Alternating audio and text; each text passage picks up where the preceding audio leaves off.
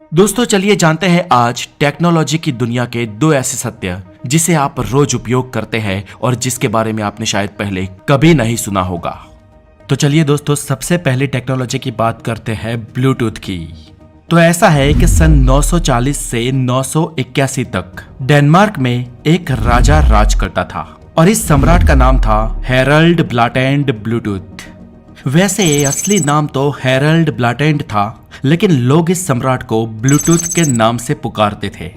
ऐसा इसलिए क्योंकि इस सम्राट को जामुन बहुत प्रिय थे और वो आमतौर पर हमेशा जामुन खाता रहता।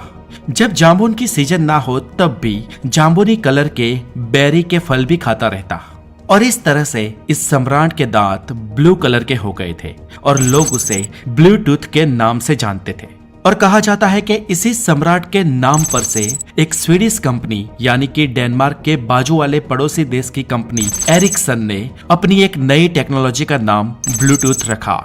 इस टेक्नोलॉजी का आविष्कार computer, mouse, television, keyboard, DVD player, mobile phone और प्रिंटर जैसे उपकरणों को परस्पर जोड़ने के लिए और केबल की छुट्टी कर देने के लिए हुआ था। वैसे पुराने जमाने की बात करें तो पेटेंटेड केबल जो ब्रांडेड केबल होते थे वो बहुत ही महंगे होते थे और उनका मायाजाल भी बहुत ज्यादा होता था। ऊपर से उन्हें कैरी भी करना पड़ता था और ब्लूटूथ जैसी टेक्नोलॉजी के आते ही ये सारा झंझट खत्म हो गया।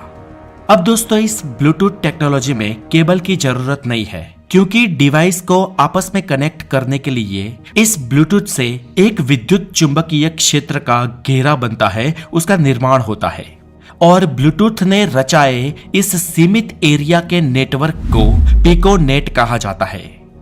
इस विद्युत चुंबकीय पटल में 2.45 गीगाहर्ट्ज का बैंड अनायत किया गया है, जिससे इलेक्ट्रॉनिक्स आपस में एक दूसरे से कनेक्ट हो सकते हैं और इंफॉर्मेशन और डेटा का आदान प्रदान कर सकते हैं।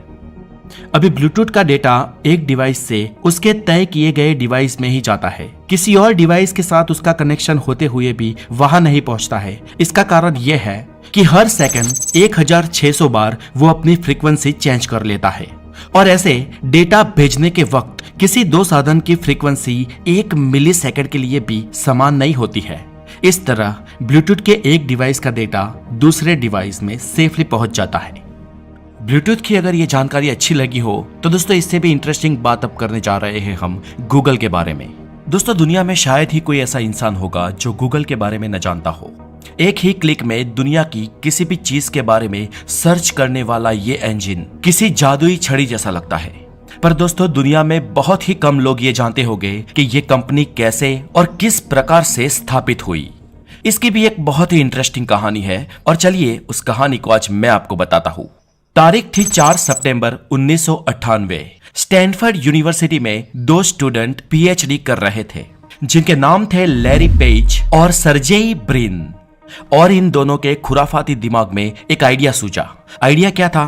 तो किसी भी चीज की इंफॉर्मेशन हम आसानी से कैसे पा सके, इस पर कुछ काम किया जाए। और इस आइडिया के मद्देनजर उन्होंने इंटरनेट पर एक सर्च इंजन बनाने का फैसला किया। इन दोनों ने यह सर्च इंजन बनाने के लिए सबसे पहले इंटरनेट पर एक डोमेन रजिस्ट्रेट किया।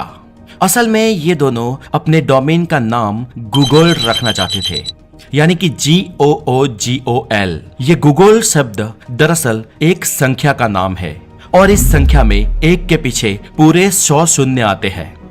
मतलब द 100 0 फॉलोड बाय 1 उस एक संख्या को गूगल कहा जाता है।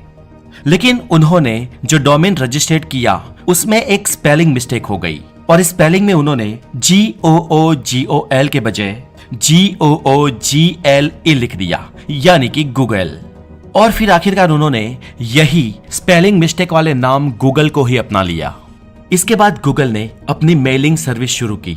दोस्तों इससे पहले बता दें कि एक मेल भेजने के लिए भी पैसे लगते थे, लेकिन गूगल की मेलिंग सर्विस फ्री और बहुत ही फास्ट थी। साल 2004 के अप्रैल महीने के पहली तारीख को, यानी कि अप्रैल फुल के दिन ही जीमेल की शुरुआत हुई, जो सबसे ज्यादा स्टोरेज और सबसे फास्ट मेल भेजने की वजह से तुरंत ही लोकप्रिय बन गया। इसके बाद सन 2004 में गूगल ने डिजिटल मैपिंग की एक जानी मानी कंपनी कीहोल को खरीद लिया और साल 2005 में गूगल मैप और गूगल अर्थ जैसी फ्री सर्विसेज शुरू की। इसके बाद साल 2006 में गूगल ने एक online video sharing platform YouTube को भी खरीद लिया और आज दुनिया में लाखों चैनल इस यूट्यूब पर अपना कंटेंट अपलोड करते हैं। गूगल की इन सारी सर्विसेज ने दुनिया के लोगों को आपस में एक दूसरे के करीब ला दिया। आज गूगल का सर्च इंजन 100 मिलियन गीगाबाइट से भी ज्यादा है और इतना डेटा अगर हम अपने पास स्टोर करना चाहे तो हमें इस डेटा को स्टोर करने के लिए कम से कम 1 टेराबाइट की 1 लाख ड्राइव से भी ज्यादा ड्राइव लगेगी।